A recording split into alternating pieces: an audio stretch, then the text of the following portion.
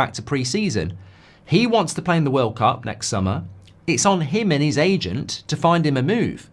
And if Barcelona don't go for him, well, welcome to the world of setbacks. You've got to find somewhere else. So I'm not panicked about Rashford. I think United would like to move him on, but I don't think he's a huge amount of money, really, for the football club, in the sense that, yeah, he's on about 250, 300 grand a week, and that's like nearly £1 million a month. But he needs to play football. We can't give him football, so he's got to find a place to go. Where will he go? I'm not worried about Rashford. I think with Garnacho going, that's the big thing for Manchester United. And there may be other players that go that bring money in. So I think 6 months ago, maybe Rashford was the player that you needed to sell for 40 million quid to create funds. But because Garnacho's going, and I speak about Garnacho quite openly now because I didn't want him to go, but the decision's been made, you deal with it. It's like Bruno. I thought we should have took that money. And we can't really plead I think this is really important. When people say United can't buy Gyökeres unless they get rid of Rashford, this, that and the other, you know what I say? Bollocks. Absolute bollocks. You had £100 million on the table for a player that's not worth that, and you went no. So, we've turned down £100 million from Saudi for Bruno. Bruno would have gone if we took the money. So we turned that down. You know what that says to me? We didn't need to sell Bruno. We didn't need to sell Bruno to get the players that we want in because we've already got a plan. If the club needed that money for Bruno to buy Cunha, Mbeumo, Gyökeres, they'd have bloody took him, but they didn't. So I look at the Rashford situation and I go, we clearly have other money coming in. We clearly have another pathway to buy players. I think we're quite relaxed about Rashford, and I actually think the pressure is on Rashford because Barcelona's his dream move, and if he doesn't get that, he's got to find another move somewhere. But there is no way back for him at United, so he's got to find a move. And also the clock is ticking with in relation to the autumn internationals. He's got to be in the England squad for that, so he's got to be playing football. So I think he'll find a move. I really do. I don't know where it will be, but I think he'll find a move. It's a shame about Barcelona, though. I really was quite excited about that, and maybe it still will happen, but you can't put your eggs all in one basket, can you? John says, good luck to Rashford, but have they ever been keen on him? I think it's his team doing the talking. He needs to widen his search. Very good point there. Any news on Lissandro Martinez, says Ben. Should be back in September, will be part of pre-season. Martin Svensson, thank you very much. JR says Diaz won't go to Barcelona. He's stated many times he's happy at Liverpool and wants to play for Liverpool. So hopefully Rashi can get the move, says JR. Hope so. Where do you think he will be playing next season, says Rory? Rashford, I think he will go Barca.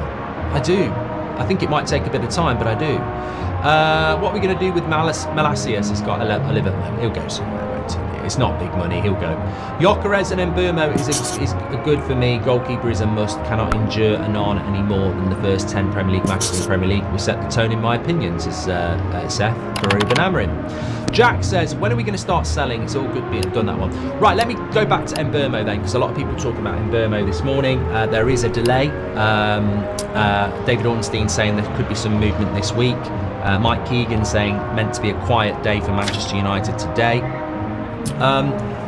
Look, I suspect that because we've got a here we go on Thomas Frank to Spurs, there will be some United fans going, oh God, here we go, Thomas Frank for Spurs, we haven't got Mbeumo done, does this mean Spurs are going to get Mbeumo? I mean, that would be as bad as losing the Europa League final, if we're being honest. It would, wouldn't it? It would be very, very disappointing. But for the millionth time, it is completely and utterly, I mean, this is what Ben says, could Thomas Frank's departure slow down the Mbeumo deal? It is completely and utterly made up.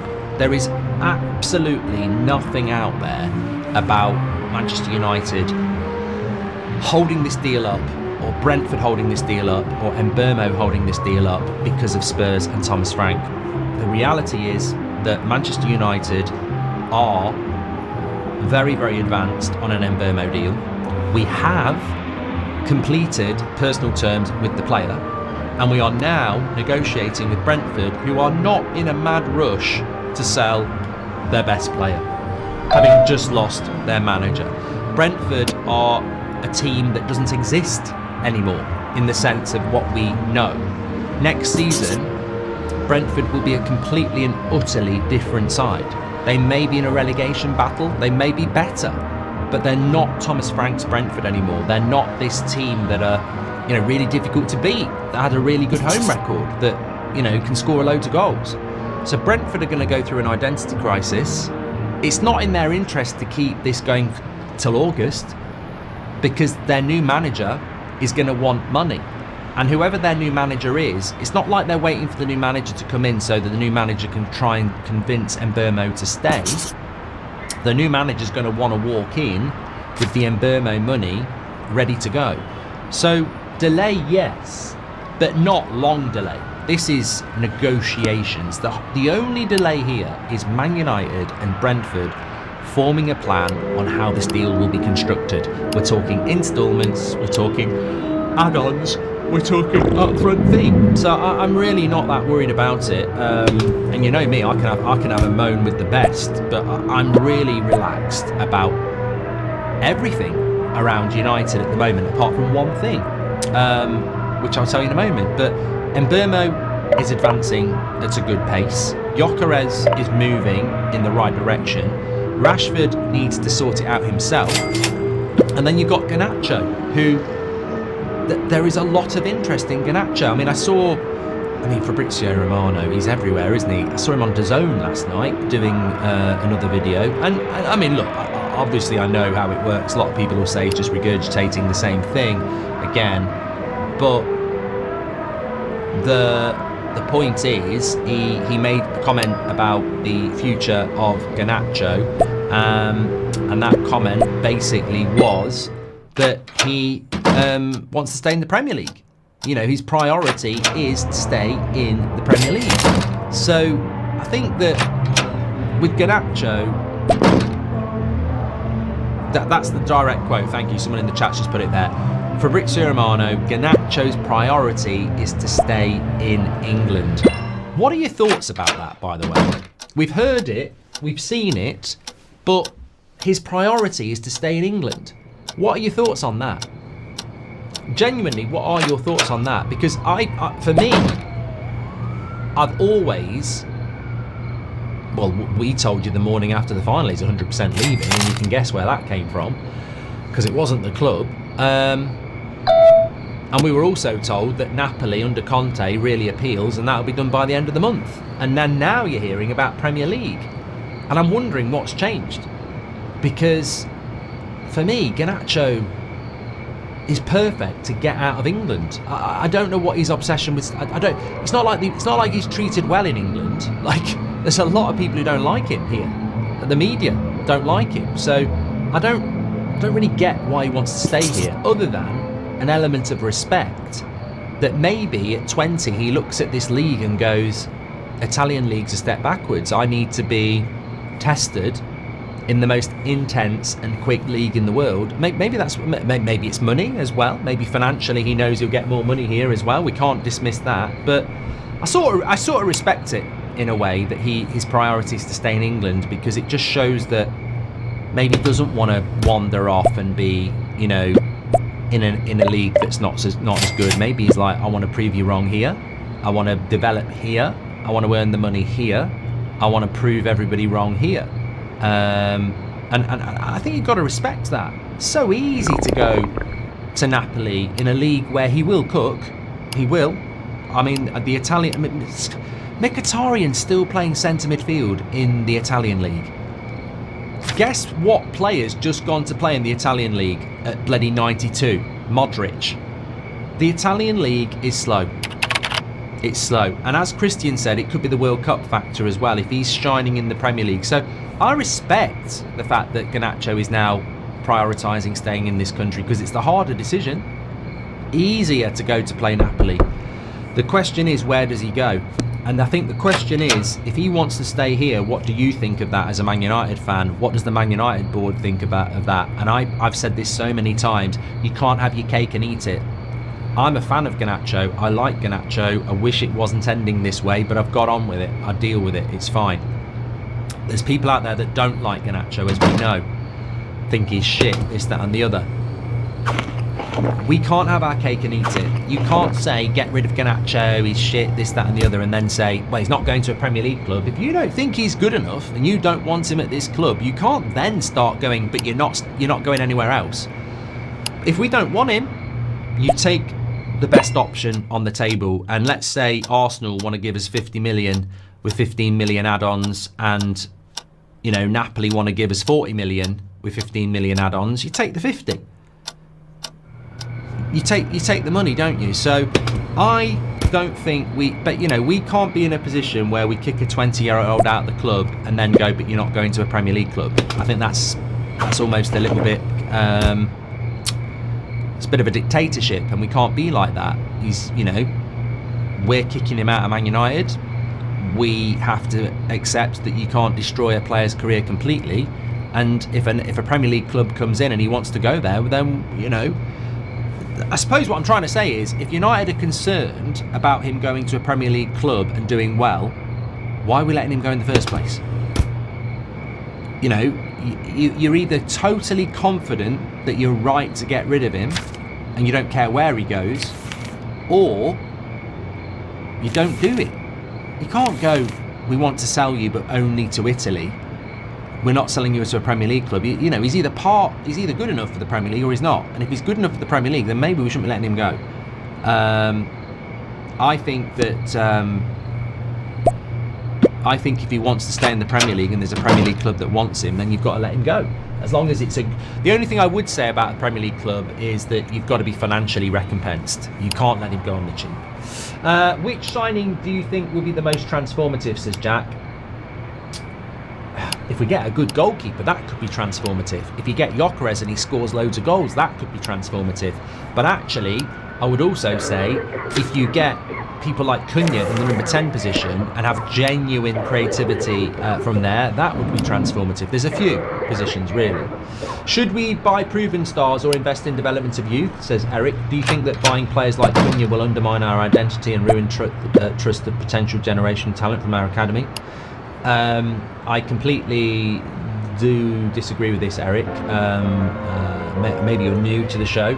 I do not think that we should be ignoring buying players like Cunha to stop the development of generational talent from our academy, because I've spent most of last season moaning and frustrated about the lack of experience in our team.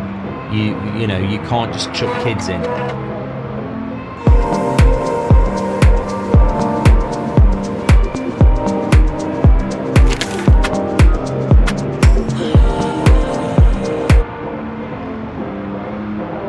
As we've seen, you've got to bring experienced players in.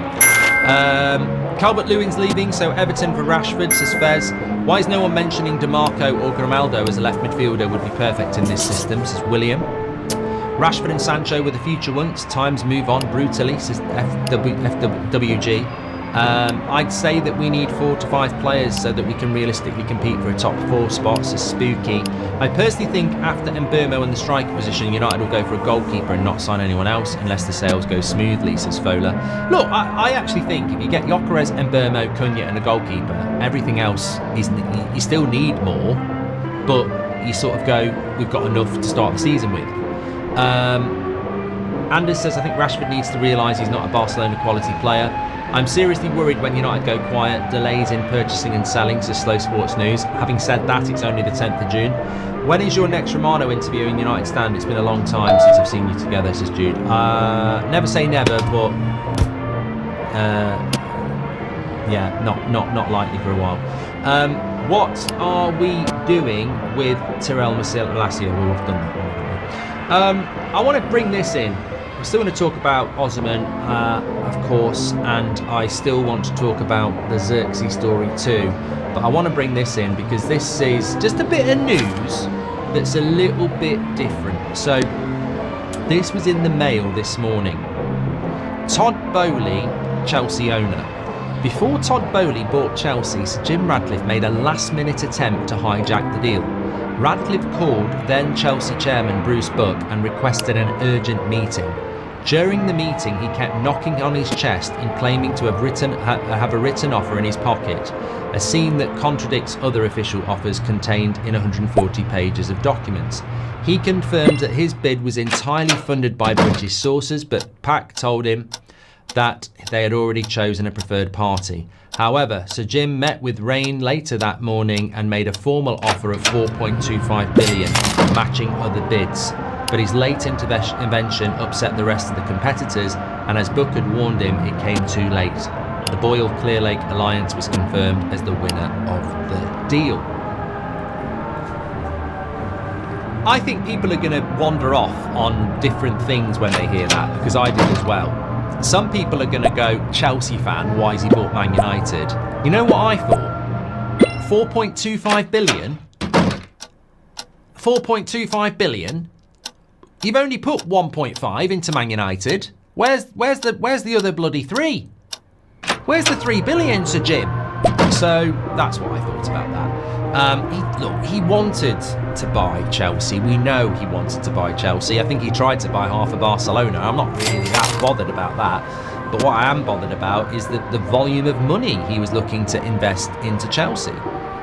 4.25 billion to buy them, and I presume there was a load more money coming in as well. So he's broke now, but look, I never massively would have had don't put massively twice in the same sentence, come on. I wouldn't have had a huge issue if Sir Jim Ratcliffe had bought Man United, but he didn't.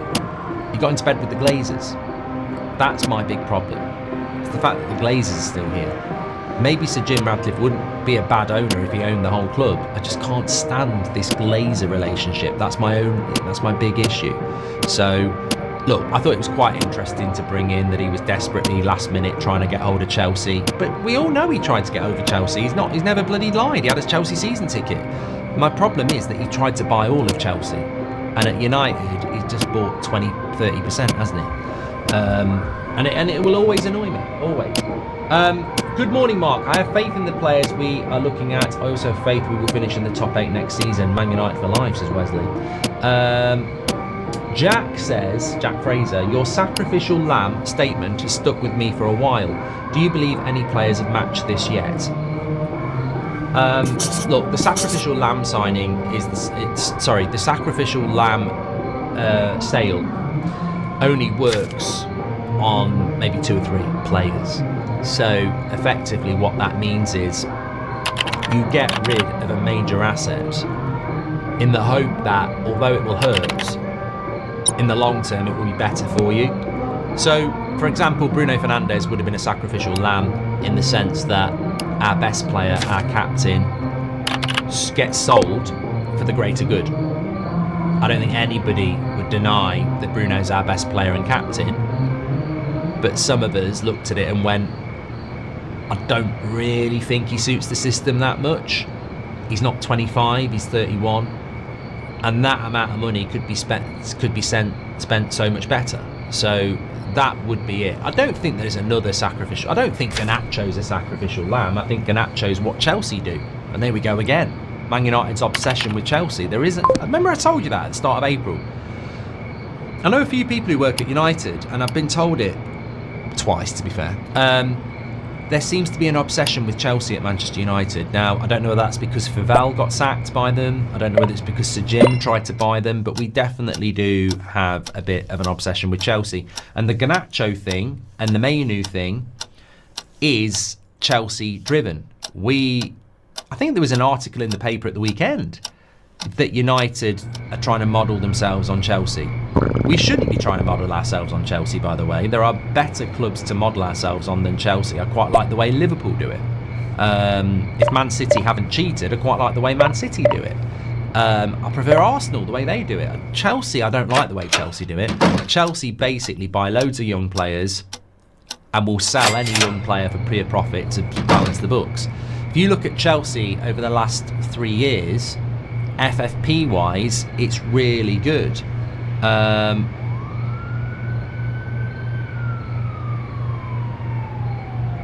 So I look at that and I think it's an interesting thing in that sense. So.